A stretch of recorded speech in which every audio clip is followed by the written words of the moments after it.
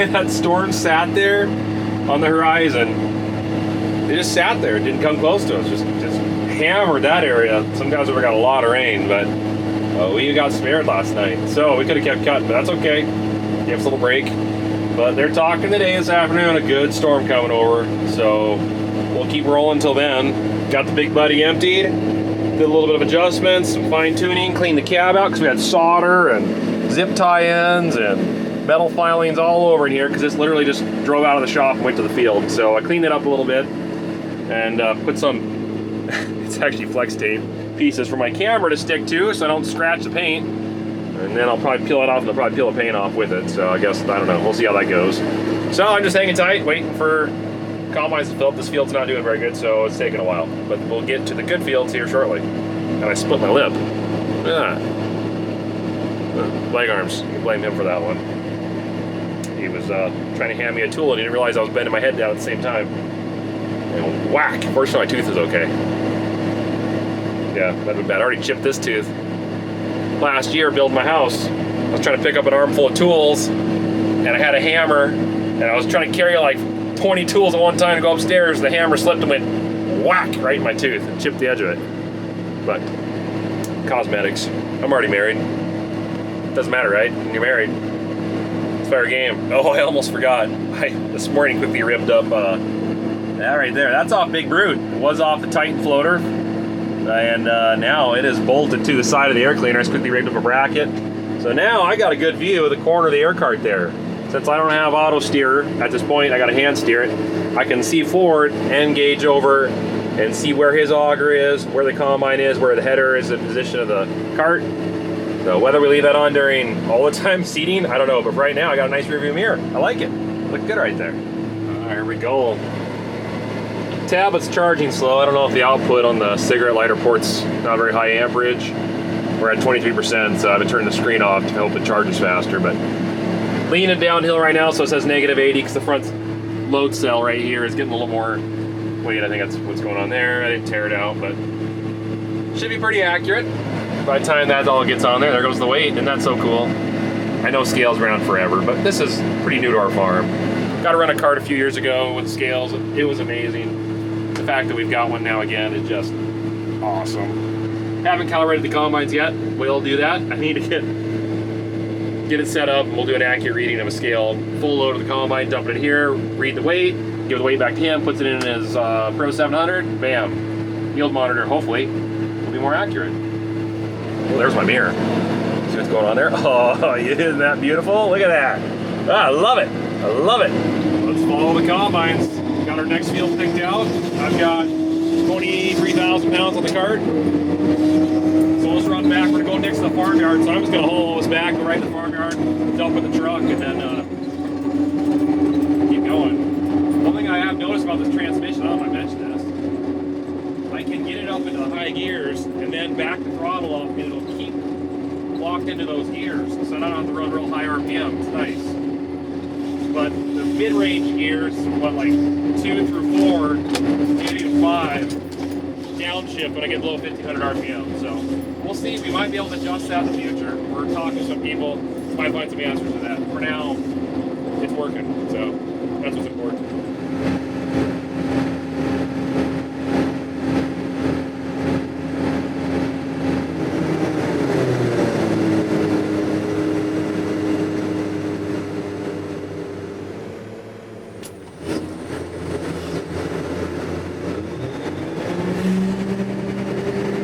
Like my first customers arrived. That's the amount on top of it. Let's dump them. Yeah, I show about 250 right now bushels, so we'll see. So I'll get pulled up here. I like to use second gear to pull up to the combines, and then I switch down to first gear because that works best for dumping on the go. That way I can run the throttle way up. Knock her down to first. Idle it. We'll idle here while he pulls up behind me. There it comes in the mirror.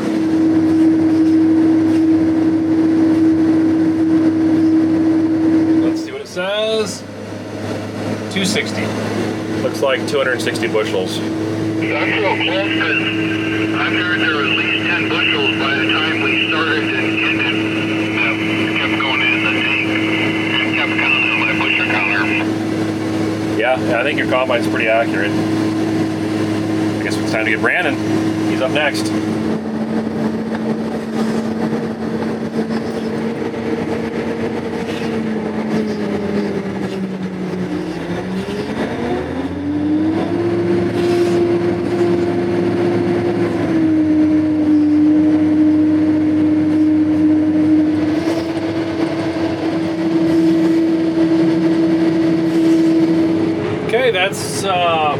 That's a good yield. Cutting through an area where the water had settled, and it shows you again. Water makes grain. Rain makes grain. Mainly on the plain. I know. You kind of wonder about if I'm sane. All right, I got 900,000 bushels right in that area. So we're right next to the vineyard. My arms had something go wrong with his vehicle, so he had to go look at it. But he parked the truck on the auger for me, so I think I'm just gonna pull right up. Let's just fill that truck up and get back in the field. They're just about done with this one. I don't know what the plan is after this, but hopefully better fields. We're improving. Yields, I think, are getting a little better each time. Well, I just made a mistake. It's just a mess. We don't have something built yet to hold the joysticks. I was holding it by hand, and while I was unloading, I was trying to close the gate, and instead of pressing the close button, I didn't look. I started pressing the auger in button, and it lifted the auger up while I was going and dumped it on the ground. So I quickly closed it, which I don't think that was probably smart. Now the auger doesn't want to swing back. Oh, there it goes. Never mind. Never mind, I guess I'm okay. Oh, that sucks. That was not what I wanted to do. That's probably not good on those gears where it grabs there. I'll have to take a look at it. Well, I mean, I know those are replaceable, I think, but you can see it definitely chewed a little bit off the edges of them, so I mean, they're gonna run. That's not what you want to do to a new car like this. All right, well, that's how you learn, I guess. My fat fingers. I just gotta remember that it's still possible to swing or to bring the auger in while it's running. That is not what I wanted to do. So when I'm unloading and I want to close, don't press that one. Oop, don't press that one. Press that one. Not that one. That one. Oh, all right. Thank goodness. I think it's okay. Back to farming. Let's go. Or wait. No. This is farming. Stuff like this. All right, getting a light sprinkle on the windshield, and they are very full too. Looks like Dad's got that one coming over the top, so let's go take care of him. And then I think Brandon's just right around the corner too. He's about full. I think I can get underneath this auger without hitting our exhaust. It's really close, but I usually try to swing in and then turn in. Looks like he is. Let's roll. Okay, Brandon. So we're having a little bit of a trouble with this tractor. As you can see, I'm not shifting up, but I'm only going 4.5 miles an hour. The reason is for that, the fuel filters are starting to plug again. Oh, those tanks. So it's just not letting me get quite above the 2,000 RPM that I need to shift this thing. All right, there, we got it shift now. But see, now I'm stuck in, oh, there it goes. It's just right on the edge. That transmission will not shift unless it gets to that 2,000 RPM or higher. And that's maybe something we can adjust in time. We'll talk to some experts and stuff. Maybe we can bring that number down a little bit so it'll shift a little sooner. But also, we gotta get this fuel out of this tractor. So we're gonna keep sloshing this fuel around there and keep pumping through these filters until we run out of fuel. And then we'll put a new set of filters on a new fuel, and we'll be good to go. But yeah, probably gonna have a couple $100 in fuel filters when we're said and done. We're a little slower, a little thicker here. He said some of the bottom over there is running up to 40, 50 bushel. This was that lake bed, we call it Bird Crab Pond. So there's been some water in the ground here, so it shows. And we did not put a window wiper on this thing. It didn't come with one, but never put them on these big buds. Maybe the Series 4 have them, I don't know, but everything down below does not, and so I got some splatters, but you know what? I can see. We're still making it. I got a rag to wipe it off if I have to. Okay, we moved on to another field. This is the field that a number of years ago when we had a big rain, probably 3 inches in 2 hours, plus a lot of snow runoff. They had fairly good snowpack, and it ran off in the spring. Filled this area here where about, I'd say where I am, about 4 feet at least of water. So it was about 80 acres in area that lake was. And so I'm cutting the bottom of it right now. It's in crop this year. It was peas last year, but this bottom in this here is making anywhere from very high 20s to 40. It's just that much more water. There was some runoff this spring that flowed into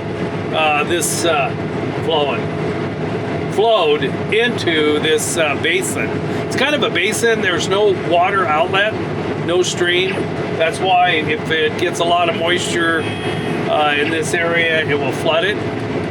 And so it's nice to see what, you know, a good crop was like. So you can see, yeah, this area here is a little bit tougher, but you can see that area there probably will make about 35. And that's what we would hope to have an average crop. Our winter wheat averages in this area should be about 35, 37. It's coming. Got a little man that wants to go for a ride. I better honk the horn.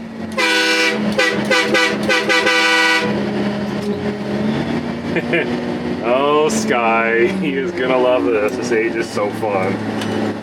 This is the age that they want to ride all day long. This is his first time in the tractor. He hasn't been in this thing yet. What happened to your hair? Why is it all red? Oh, hello, mister. Mama said you put lipstick in your hair. Is that true? Yeah. Is this, hang on a second, is your hair your lips? No. Then why is there lipstick in your hair? Because I wanted to be a mustache. It looks just like a mustache. All right, okay. Makes sense. Makes a lot of sense. Are you ready to go for a ride? You want to ride in the big bud? Yeah, is this pretty cool? There's a lot of kids I wish they could be you right now, you know that? All right. Okay, let's go. Ready? Here we go. What's it look like back there? It looks like there's grain back there. Do you see grain in there? Yeah. Wow. We just need a truck so we can dump it all in the truck. We don't have a truck yet, so Grandpa's working on a combine. But why? Yeah, it broke down, so he's trying to fix it, but we'll hold as much as we can in this thing. Whoa, whoa. Ah! Ah! No! Is there a train or something? You see a train? Is there a choo-choo train? Where's the choo-choo train at? It's not a choo-choo train. Are you sure it's not a choo-choo train? I hear a choo-choo train. No, it's not. Then what is it? I literally just jumped at the combine 3 seconds ago. I'm gonna switch off somebody, and there's a really nifty looking cute thing that's ready to be unloaded into. So this is gonna be fun. First time for me to dump in the Depco. Oh yeah. There we go. Oh, she's pretty. There you go. There you go. Oh, that's cool. I've been watching it from the sidelines, and now I get to actually see it up here. I like it. It's a lot of work, guys. A lot of work went into that tractor and making it work, and Depco, you guys are awesome. I think this is a pretty cool setup.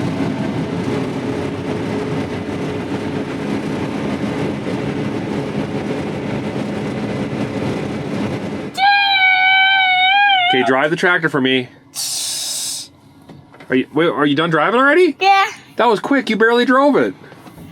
But Yeah. are you, Oh, the combine needs dumped. Quick, get in. Gotta drive over. Dump the combine. Watch your fingers. You close the door? Okay, go ahead. Okay, gotta get in your seat. You gotta drive over there. Gotta drive. Combine, he's right there.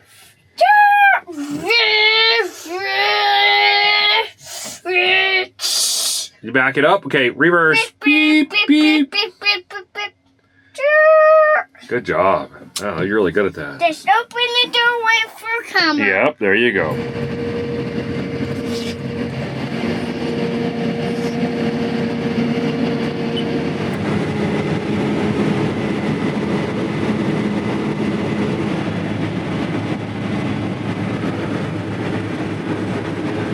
We got most of our continuous crop winter wheat cut.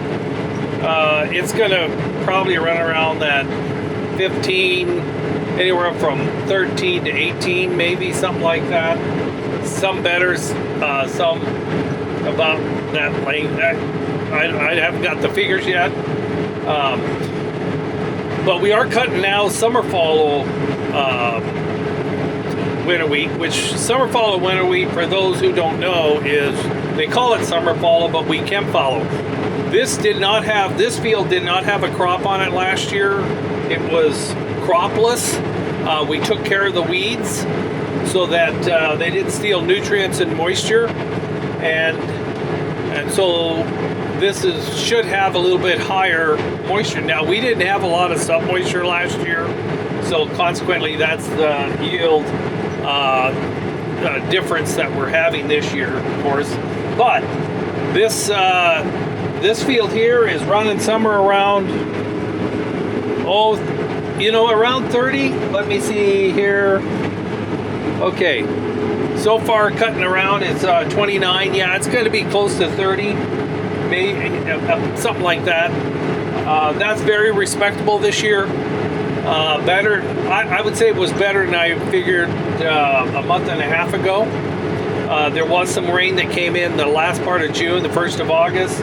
It was turning, but I think there was enough to fill the kernels in the head, so that made a lot of difference. The kernels are plump, but shorter, so that tells me that there was stress all along, and it didn't decide to make a long kernel and then got heat stressed, drought stressed, and then it's thin.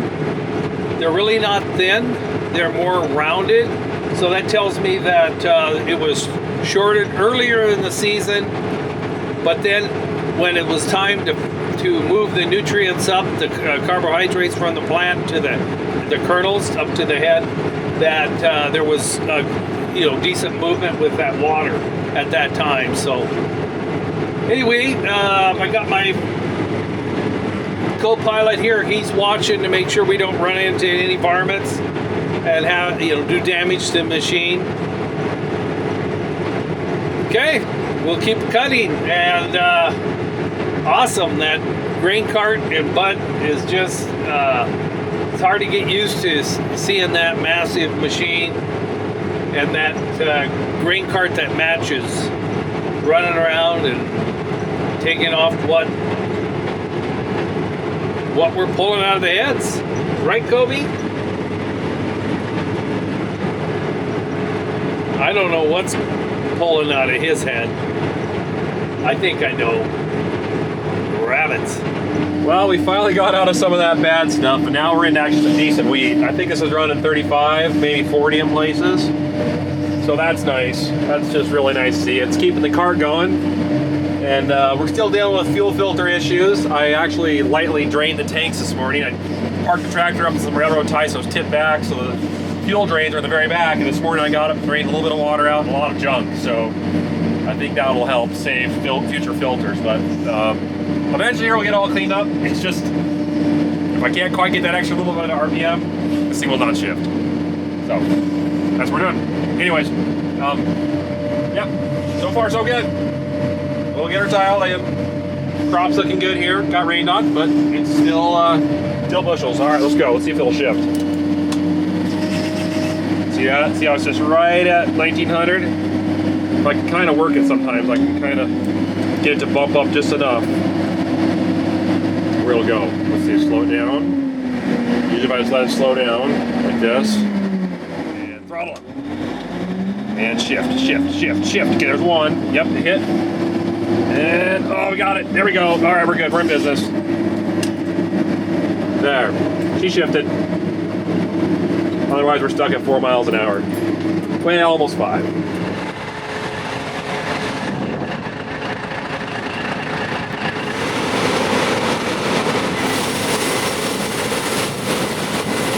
Got windy for a little bit, and Old Glory lost part of its mount to the bottom there. So when we get a chance, we'll fix that. But unfortunately, chance hasn't happened yet. It's running a good 30 plus. Okay, good. 35. There you go, 35. 35, that's good. I mean, it's not good for winter wheat, but what we've had, that's on the up and up. Help our averages up a little bit.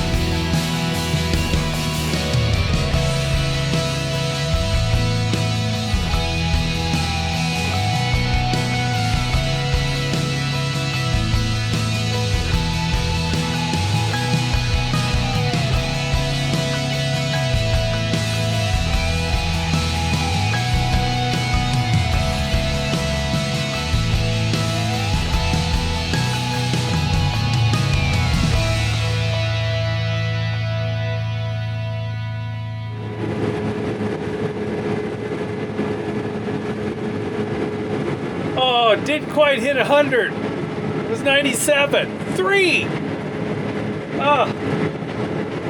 Maybe if I moved over 3 inches, that would have added the 3 bushels.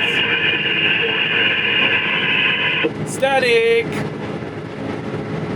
All right, now I know what all the rest of you guys feel like when you're harvesting. We get to feel like you. Amazing how well this thing's running. Amazing. It stays so cool. I know we're not working it super hard, but the temperature, 180 degrees, does not change. Transmission about 150, 160 degrees. Oil, 120, 130 degrees of hydraulic oil. Chain case, 120 degrees Fahrenheit. It's all Fahrenheit, by the way, guys. Front and rear axle are nice and cool. Not bad, warm, probably 100 degrees. Drawbar here, I was looking at it. I'm curious if I need to add a little more strength across the top when all that weight's on here. And it almost looks like the gap here is a little wider than it used to be, but I could just be an illusion. But I need to find a longer roller here. We only found one in the shop we just happened to have on the shelf that worked well, but it'd be nice if it was another 2 or 3 inches longer, because that plate I have, as you can see, that plate's a lot longer back there, so you can have a lot longer surface area to rest all that weight. But my little nylon pads are holding up. That's good.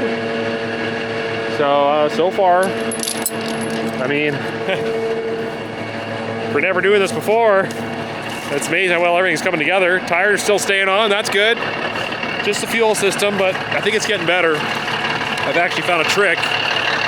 Some of you might frown upon this, but I have no other option because it's a Sunday and, oh, I know, Sunday, yeah, we're out here. It's a Sunday and there's no part stores open and there's no more filters in town for this thing. So what I've been doing is I've been taking the filters off. They got a little petcock in the bottom. I stuff a wad of fresh, clean towel on the top of the clean port of the fuel filter, and it's still full of fuel when I take it off. And then I pull the petcock off and I sit there and I rattle the can, and all the nasty stuff pours out the sides. And then I wipe the top and I screw back on, and then it fills it back up with fresh fuel. And that way it seems to shake out the little bit of dirt and particles that are collecting on the outside of the film, the paper, whatever you want to call it, and that runs out and it lets the filter run again for a while. So I've been doing that and it's been getting me going. And it's getting a little less and a little less. So I think we're getting close to getting that tank cleaned out, and then we'll fill it up with fuel and we'll be good to go with some new filters.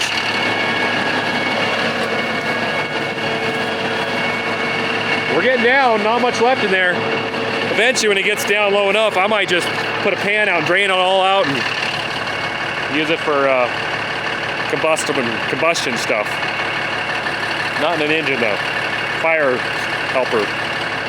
But and then put some good stuff in there. That way we have no more contaminants. And I was gonna put the drone up and give you guys a cool video, but I got a motor here that out of nowhere is really gritty. It doesn't turn very good. Either there's something in it, and I don't have an air compressor nearby and an air hose to blow it out, or the motor bearing's going bad. And if that's the case, I was like, well, maybe it's about time I update my drone. I went online and yeah, they're out of stock, and there's no more coming for a while because they're being held up. They're made overseas, obviously.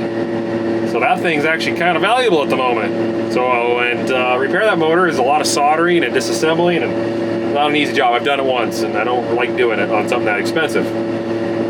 So we'll see if we can get that drone fixed for you guys. Otherwise, I got to bust out the old Maverick 2. And I have it. It still flies. It just isn't nearly as cool as this one. But if that's what it takes, so be it. There was a colony up in Canada that sent us a protector. It's a feeder house protector that they devised. And so we put it on. I'll show it to you. So it goes on right in this area of the draper. And it's right here. And you have the spikes that help feed the crop. Okay, see? And so what the idea is, if you catch a rock on the draper, it will hold it. Look. That's a rock. Here we go. Okay, I'm gonna put it in this open spot here so I can see it.